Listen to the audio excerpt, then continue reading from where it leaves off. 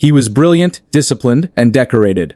A Harvard-educated lawyer, a United States Marine, a man once hailed as one of America's toughest lawyers. But behind that image was a mind unraveling, a man who would one day become one of America's most twisted criminals. A kidnapper, rapist, and self-proclaimed vigilante. This is the story of Matthew Daniel Mueller, the Harvard attorney who turned into a masked predator. Born in 1977 in Fair Oaks, California, Matthew Mueller was a quiet, intelligent child. His parents were educators, respected in their community. But beneath the surface, his home life fractured. When his father's affair ended the family, the shy teenager retreated deeper into isolation. He was bullied, but brilliant. A straight-A student fluent in multiple languages: English, Spanish, Russian, German. By 16, his mind was already darkening. In 1993, he committed his first known crime, a violent kidnapping and rape at Folsom Lake. Armed with a gun, Mueller tied up a teenage boy and dragged his girlfriend into the woods. He raped her, then vanished. For decades, the case went cold, until, in 2024, Mueller confessed to that night, a confession that finally brought justice 31 years later. After high school, Mueller joined the U.S. Marine Corps. He was determined to rebuild himself, to become strong, respected, unstoppable. He played trumpet in the Marine band. He traveled the world. He earned medals. But something changed during his overseas service. Paranoia, delusions, the creeping shadows of mental illness. He was discharged honorably, but his mind was not the same. Years later, he enrolled at Harvard Law School. He excelled. Professors admired him.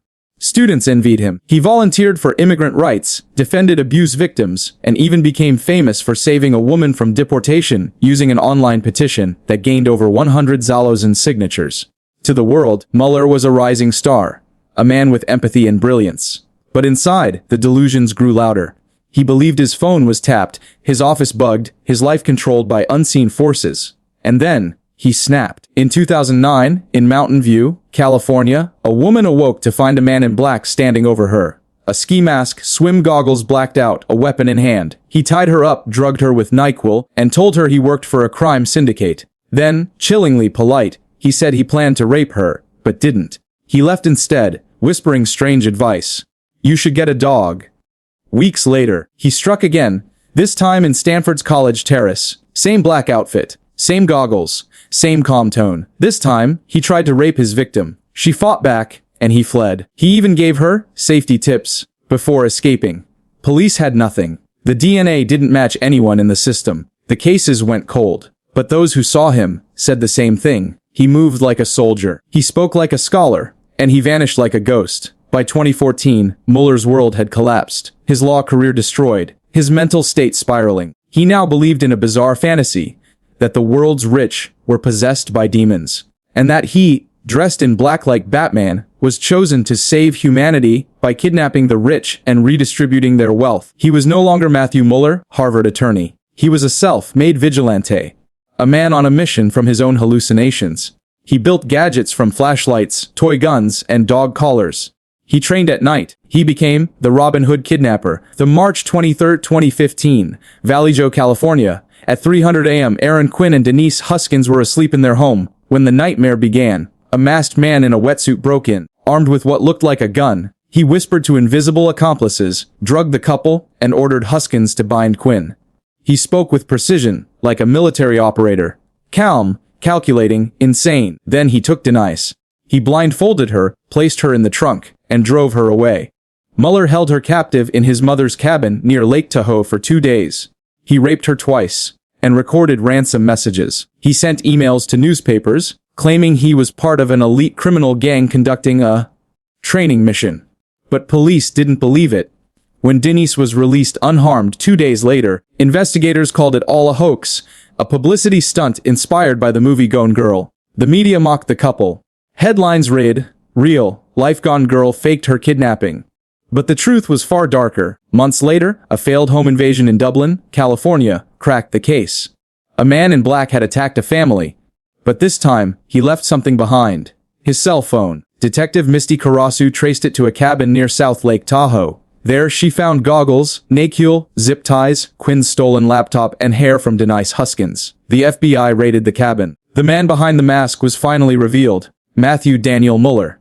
In 2015, Mueller was charged with kidnapping and rape. He fainted in court when the charges were read. He pleaded guilty in 2016 and was sentenced to 40 years in federal prison. But the story didn't end there. In 2024, while serving time in Tucson Federal Correctional Institution, Mueller confessed to a string of cold cases, crimes stretching back 3 decades. DNA confirmed it. He admitted to the 1993 Folsom Lake rape, the 2009 Stanford home invasions, and a 2015 San Ramon kidnapping that had never been reported. Every confession matched long, forgotten police evidence. Every timeline fit perfectly. It was as if a puzzle had finally come together, piece by horrifying piece. By 2020, Mueller's mental state had collapsed entirely. He believed the government was implanting devices in his body. He called the judge Lucifer. He said the guards were demons. He spoke of reality being altered by the FBI. Doctors diagnosed him with schizophrenia and bipolar disorder with psychotic features. He was moved to a psychiatric hospital, medicated against his will, then returned to prison once deemed competent. Even now, he insists he meant to kidnap only the evil wealthy, that he wanted to help the poor. But his victims remember something else: a man who destroyed lives while believing he was saving them. In 2025, Mueller was sentenced to multiple life sentences for his newly confessed crimes. In total, 4 life sentences. His first victim, from 1993, finally got justice after 31 years. Denise Huskins and Aaron Quinn, who had been mocked as liars, were publicly vindicated. Their story became a Netflix docuseries, American Nightmare, exposing how police doubted victims while a predator walked free. Mueller will die in prison, but the echo of his delusions, the Harvard Robin Hood, remains one of the most chilling reminders that genius and madness can share the same face. Narrator, he once said he wanted to fight demons, but the real demons were inside him, and they won. Matthew Daniel Mueller, the Marine, the lawyer, the Harvard graduate, became what he feared most, a man lost forever in the labyrinth of his own mind.